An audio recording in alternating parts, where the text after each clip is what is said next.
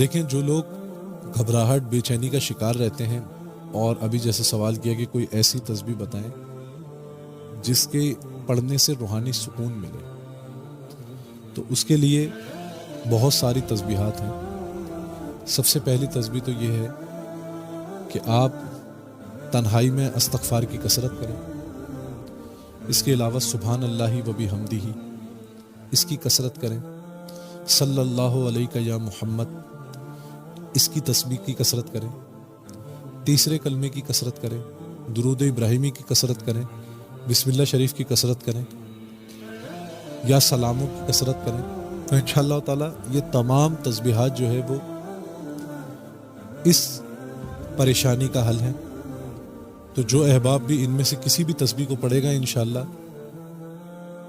وہ قلبی سکون بھی پائے گا اور گھبراہٹ بے چینی بھی دور ہوگی انشاءاللہ۔